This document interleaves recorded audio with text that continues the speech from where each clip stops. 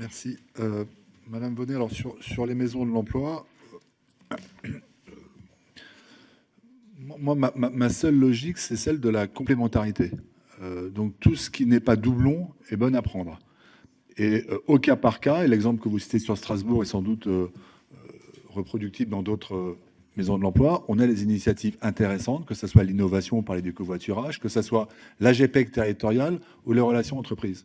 Donc moi, ma philosophie, c'est là où ça apparaît utile aux agences de Pôle emploi de travailler en lien avec les maisons de l'emploi, j'y suis favorable. Je rappelle juste quand même que les maisons de l'emploi initialement avaient été créées pour approcher UNEDIC et ANPE.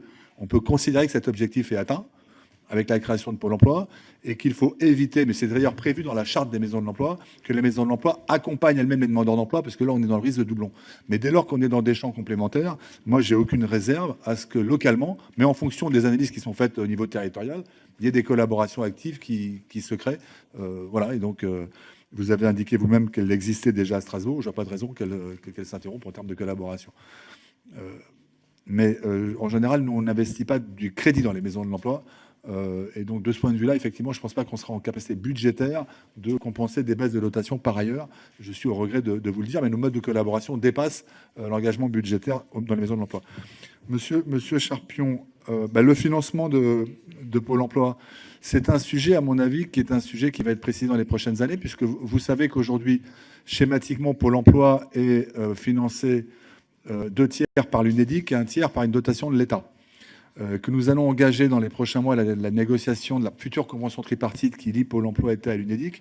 Et je vois des deux côtés des motifs d'interrogation, puisque les partenaires sociaux ont eux-mêmes souhaité et disent diminuer la dotation de l'UNEDIC à Pôle emploi, et je n'ai pas le sentiment que l'État ait la volonté d'augmenter sa dotation budgétaire. Donc on va avoir là un sujet budgétaire assez intéressant qui va être discuté dans les prochains mois, avec en plus une disposition un peu novatrice, c'est que le fait qu'on ait basculé les cotisations salariales vers la CSG peut même changer aussi la perception du mode de financement. Donc ce sujet n'est pas un sujet d'actualité pour 2018, mais il est clairement identifié.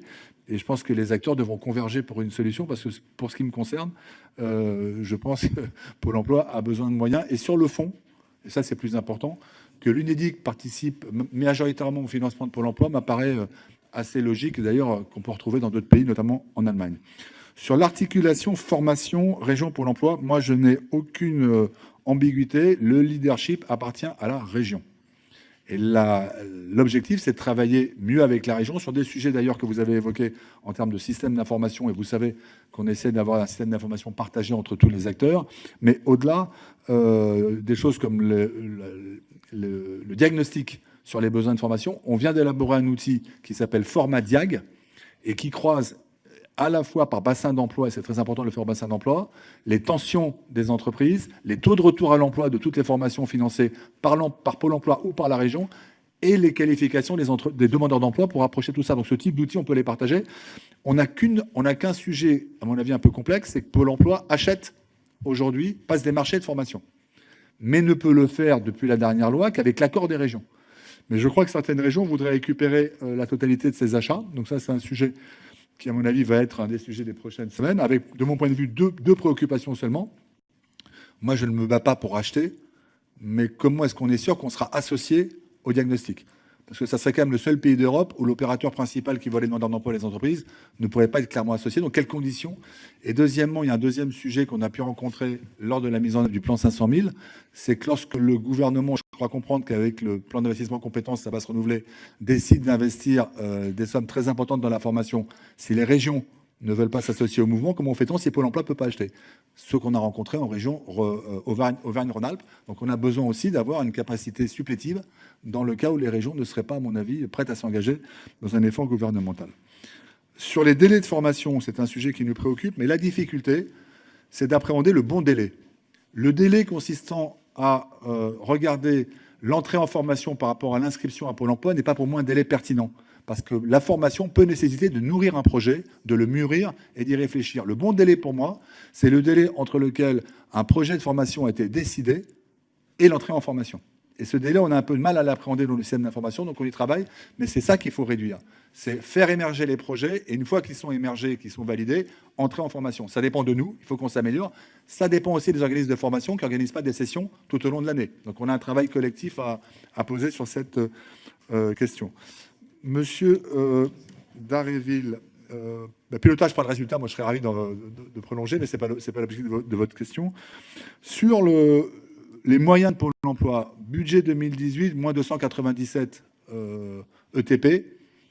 Ce n'était pas une de mes propositions, c'est pas non plus, ça ne met pas en péril Pôle emploi. C'est fondé sur un raisonnement assez original de la direction du budget, consistant, c'était des emplois qui étaient ouverts et qu'on n'avait pas consommés. Mais comme on ne consomme jamais 100% de son plafond d'emploi, parce qu'il y a des mouvements intercalaires, à ce rythme-là, dans quelques années, on sera à zéro. Donc je trouve que le raisonnement est un peu limité, mais en revanche, on va avoir un débat dans le cadre de la future convention tripartite sur quels sont les moyens pour l'emploi. Et moi, je crois que ce débat, il faut qu'il soit serein, qu'il mette des gains de productivité, parce que Pôle emploi va faire des gains de productivité, notamment sur l'indemnisation, via l'automatisation. Demain, avec la DSN, on va pouvoir liquider des dossiers avec moins de conseillers, mais ces conseillers seront plus portés sur la personnalisation. Donc il y a des gains de productivité qu'il faut évoluer.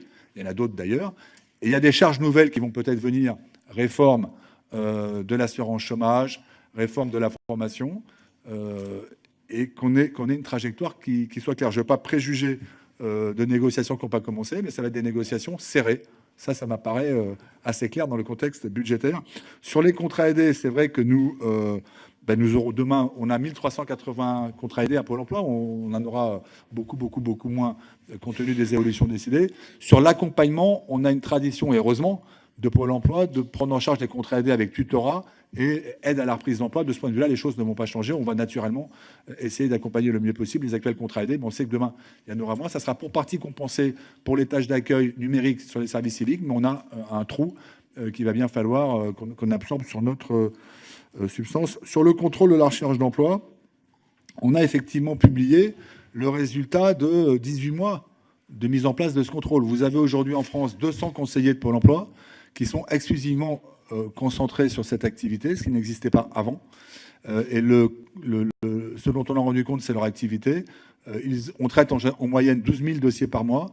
Et au total, à la fin d'une procédure qui est contradictoire, on a eu 14% des demandeurs d'emploi contrôlés qui ont fait l'objet d'une radiation. Voilà les termes du débat.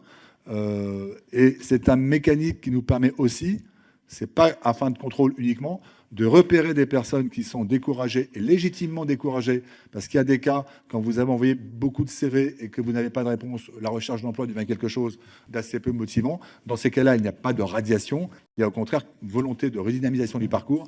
Et donc c'est un dispositif assez équilibré qui m'apparaît, moi, d'abord apporté au débat public, parce qu'on entend beaucoup de choses sur ce sujet qui sont, quand on dirige Pôle emploi, quelquefois insupportables à entendre, je le précise.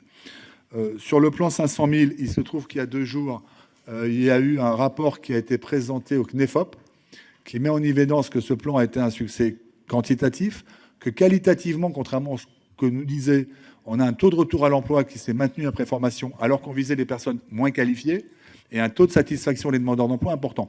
Et une très bonne collaboration région pour l'emploi avec un pilotage des régions. En revanche, le rapport nous dit qu'il y a quelque chose qu'on ne fait pas assez, et le rapport a eu raison de le dire, on n'accompagne pas assez les demandeurs d'emploi pendant la formation et postérieurement à la formation. Ça, c'est quelque chose qu'il faut améliorer dans le cadre du futur plan d'investissement sur les compétences. Merci. Madame Corinne Vignon pour République En Marche.